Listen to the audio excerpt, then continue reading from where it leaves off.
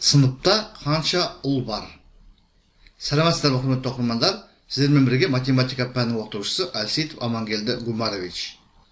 Бүгінгі сабақта қарастыратын есебіміз математика мен математикалық сауаттылықтан ОБТ-да кездесетін, сонымен қатар 7-8 сыныптың оқушыларына әртүрлі деңгейлердегі олимпиадалар мен регаталарда кездесетін есептің бір түрі. Есептің шарты: сыныпта әр партада 2 оқушыдан отыр. 2 ұлдан отырған парталар саны 2 қыздан отырған парталар санынан 2 есе көп.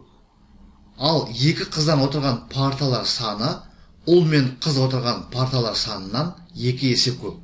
Егер сыныпта 10 қыз болса, сыныпта қанша ұл бар? Біріншіден ескеретін мәселе: сыныптағы әр партада 2 оқушыдан отыр.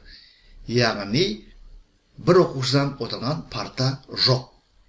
Кейбір парталарда 2 ұлдан отыр, кейбір парталарда 2 қыз бала отыр, ал кейбір парталарда 1 ұл және 1 қыз отыр.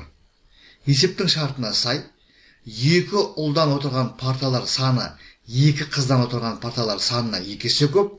Сол сияқты 2 қыз отырған парталар саны 1 ұл мен 1 қыз отырған парталар санынан 2 есе көп. Сыныпта 10 қыз баланың бар екендігі белгілі болса, сыныпта ұлдардың саны қанша екендігін табу керек. Шешуі: 2 ұл отырған парталар санын x деп белгілейік. Яғни 2 ұл отырған парталардың саны x. 2 қыз отырған парталардың санын y деп белгілейік. Және 1 ұл, 1 қыз отырған парталар санын z арқылы белгілейік. Сонда 2 ұлдан отырған парталар саны 2 қыздан отырған парталар санынан 2 есе көп дегеннен x тең болады 2y деген теңдеу шығады.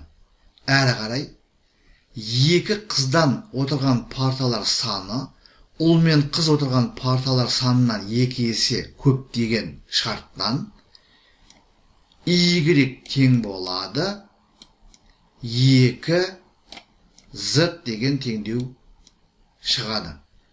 Сонымен қатар сыныптағы қыздардың саны 10 деген шартты қолдана отырып, біз мынандай теңдеу аламыз: 2y плюс z тең 10-ға. Бұл қайдан шықты? 2 қыздан отырған y парта бар. Яғни бұл y партада 2 қыздан отырғандықтан бұл y партада 2y қыз бала отыр. Z партада 1 ұл 1 қыздан отыр. Яғни z партада z қыз отыр деген сөз. Біз 3 айнымалысы бар 3 теңдеуден тұратын теңдеулер жүйесін алдық. X тең 2y, y тең 2z, 2y плюс z тең 10-ға. Екінші теңдеуден, мына жүйенің екінші теңдеуден y тең 2z деген мәнді әкел, үшінші теңдеуге y-дің орнына қоямыз. Сонда бізде 2 көбейтілген 2z қосу z тең 10 деген теңдеу шығады. Сол жағында ұқсас мүшелерін біріктіретін болса, қараңыздар, мына қосылғыш 4z тең, оған z-ті қосатын болсақ, бізде 5 көбейтілген z деген шығады. Сол жағында 5 көбейтілген z теңдеудің, оң жағында 10. Қарапайым белгісіз көбейткішті табуға негізделген есеп. Бұдан белгісіз көбейткішті табу үшін көбейтіннің мәнін белгілі көбейткішке бөліп, яғни 10-ды 5-ке бөліп, біз z-ті табамыз. Z тең болады, сонымен 2-ге. Яғни 1 ұл және 1 қыз бала отырған парталар саны 2-ге тең екен. Z 2-ге тең. Жүйенің екінші теңдеуіне z-дің орнына 2 деген санды қойып, y-ті табамыз. Y бізде 2 көбейтілген 2 4-ге тең болады. Әрі қарай y-тің мәнін бірінші теңдеуге қойып, x-тің мәнін табамыз. X тең болады 2 көбейтілген y. Y 4-ке тең, олай болса 2 көбейтілген 4 бізде 8-ге тең. X сонымен 8-ге тең екен. Сонымен 2 ұл отырған парталар саны 8, 2 қыз отырған парталар саны 4, 1 ұл және 1 қыз отырған парталар саны 2-ге тең. Бізден ұлдардың санын сұрап отыр. Бізде 2 ұл отырған x парта бар.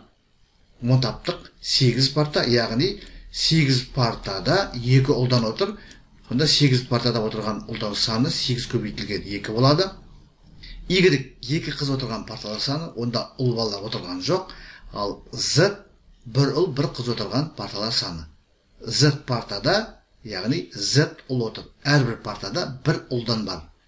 Сондықтан біз Z партада Z ұл және Z қыз отыр деген шешімге келеміз.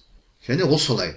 Сонда бізде Z 2-ге тең, қараңыздар. Олай болса 2 партада 2 қыз 2 ұл отыр. Яғни 2 партада 2 ұл бар деген сөз. Сонда біз мынандай өрнек аламыз. 2 8-іміз 16, оған 2 қосамыз 18. Сонымен бұл сыныптағы ұлдардың саны 18-ге тең екен.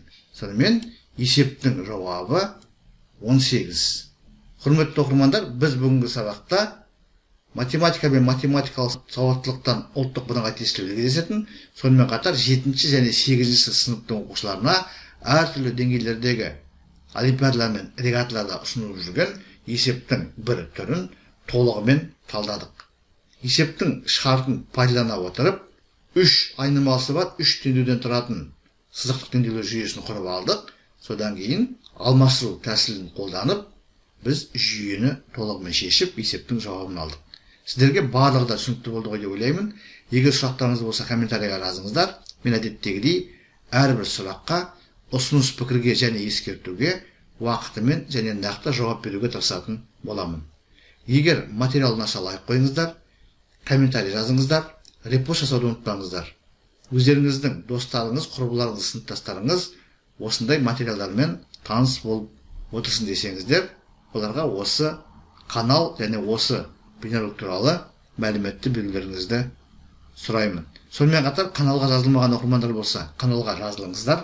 Мен бұдан әрі де математика мен математикалық сауаттылықтың және әртүрлі деңгейлердегі олимпиада мен регаталар есептерін талдап, каналға жүктеп отыратын боламын. Зейін қойып тыңдағандарыңыз үшін көп-көп рахмет. Келесі кездескенше.